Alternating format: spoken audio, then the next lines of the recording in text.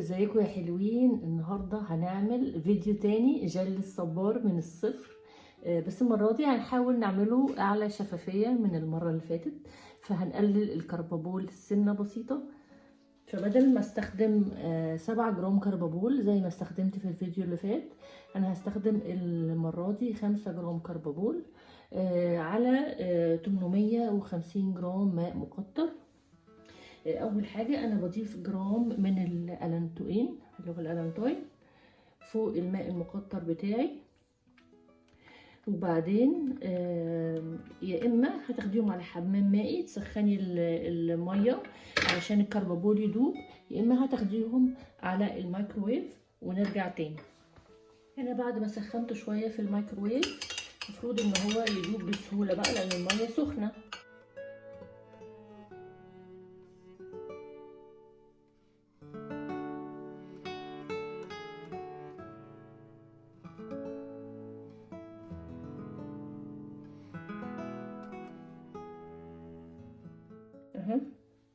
ده تماما بقى شفاف. انا عايزه اوريكم بس دي نوعيه الماء المقطر اللي انا بستخدمه، وانا اشتريته من الصيدليه. تشتريه بالواحده كده، هي الواحده وزنها 50 مللي او 50 جرام. ده اضمن حاجه ان المنتج بتاعك يبقى شفاف تماما، لان ده ماء مقطر نضيف قوي طبي.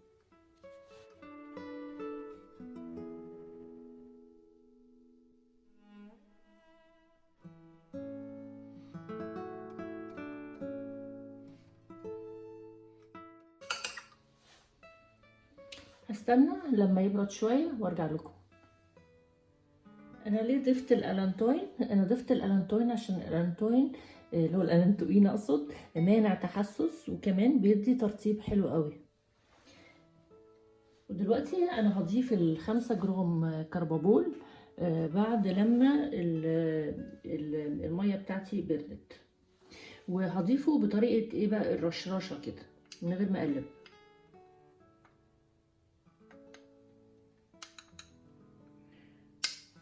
وهغطيه بستريتش واسيبه تماما لمدة 6 ل 8 ساعات لحد لما الكربابول ده يتشرب في المية ويبقى جل ناعم مفيش اي تكتلات.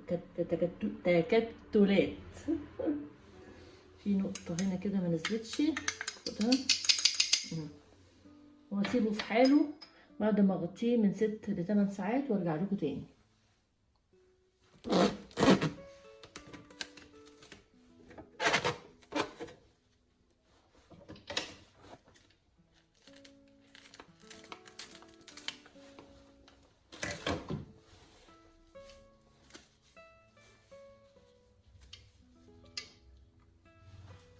هنا انا نسيته تماما يمكن 12 ساعة كده تقريبا، والكربابول داب.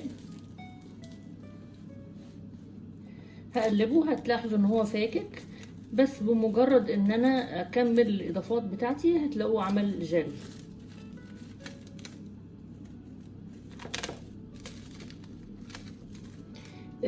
قاعدة مهمة جدا لازم تعرفوها، عمركم ما تستخدموا الهاند بلندر اللي هو الكهرباء، المضرب الكهرباء، الهاند بلندر الكهرباء مع جل الصبار هيضبب ويقلب ابيض. استخدموا مضرب سلك.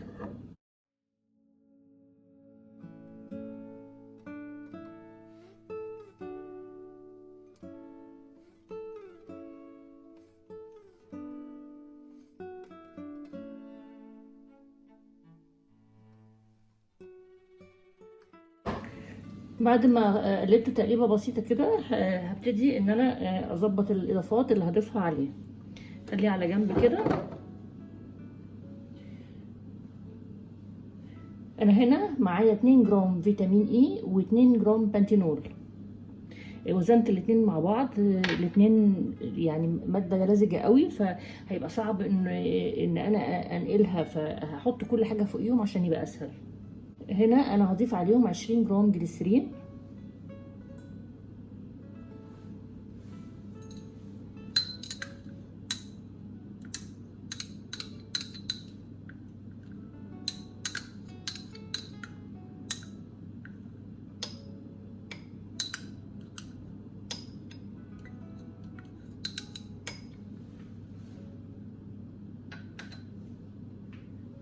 هضيف عليهم 14 جرام مونوبروبولين جلايكول.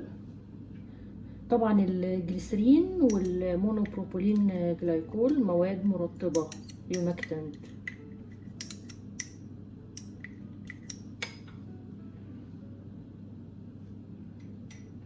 كمان هضيف عليهم المادة الحافظة بتاعتي. هنا انا معايا 5 جرام فينوكسي ايثانول،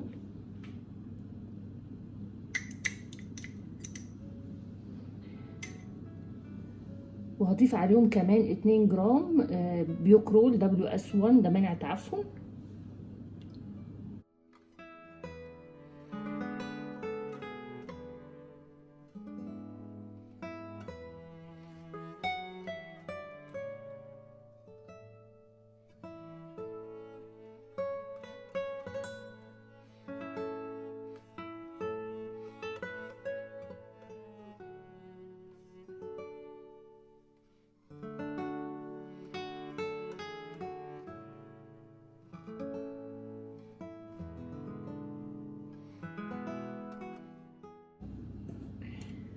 وهضيف خلاصة الصبار، دي خلاصة مائية خدت منها 100 جرام. الخلاصة المائية دي انا جايباها جاهزة، هي بتتعمل في مصانع.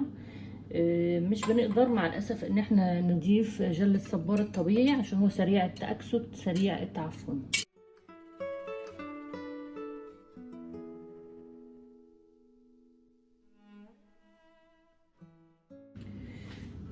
اخر حاجه معايا هنا اللي هيربط لي بقى ويبقى جل، وده التراي ايثانول امين، واخدت منه 5 جرام، نفس الكميه بتاعه الكربابول، بتبقى هي كميه التراي.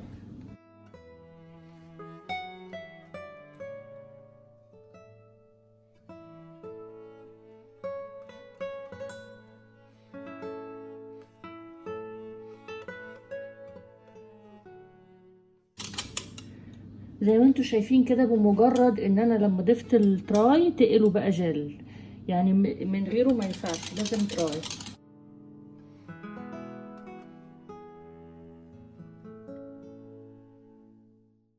وكل ما بقلب بالمضرب السلك كل ما الشفافية بتزيد.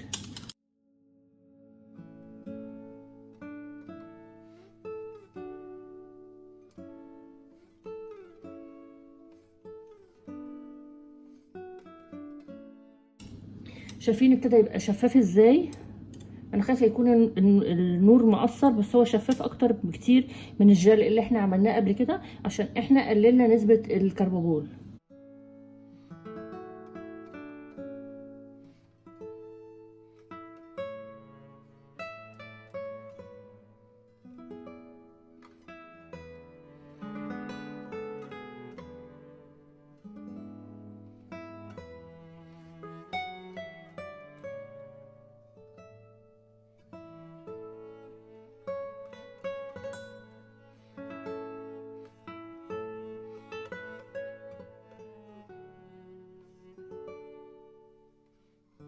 بصوا هنا الشفافيه باينه اكتر، شايفين؟ بصوا على السلك شفاف خالص، يعني غير اللي احنا عملناه قبل كده تماما. يعني عايزه اوريكم بس، شايفين الشفافيه عامله ازاي؟ واضح شفاف جدا. دي شفافيته.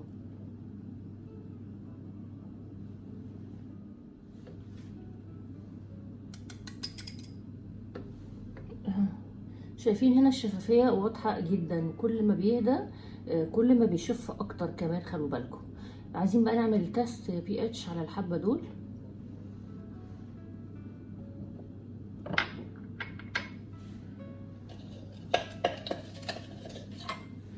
ده ورق pH بتاعي، عايزة اقطع حتة صغيرة كده.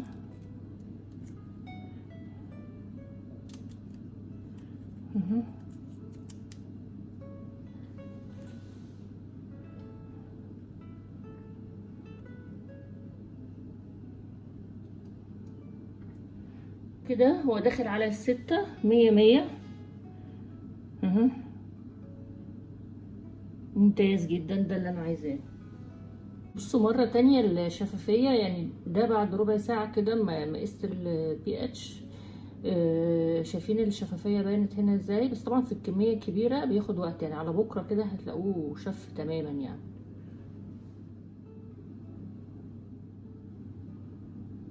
واضحة جدا بقى الشفافية هنا، انا قصدي اوريها لكم عن قرب.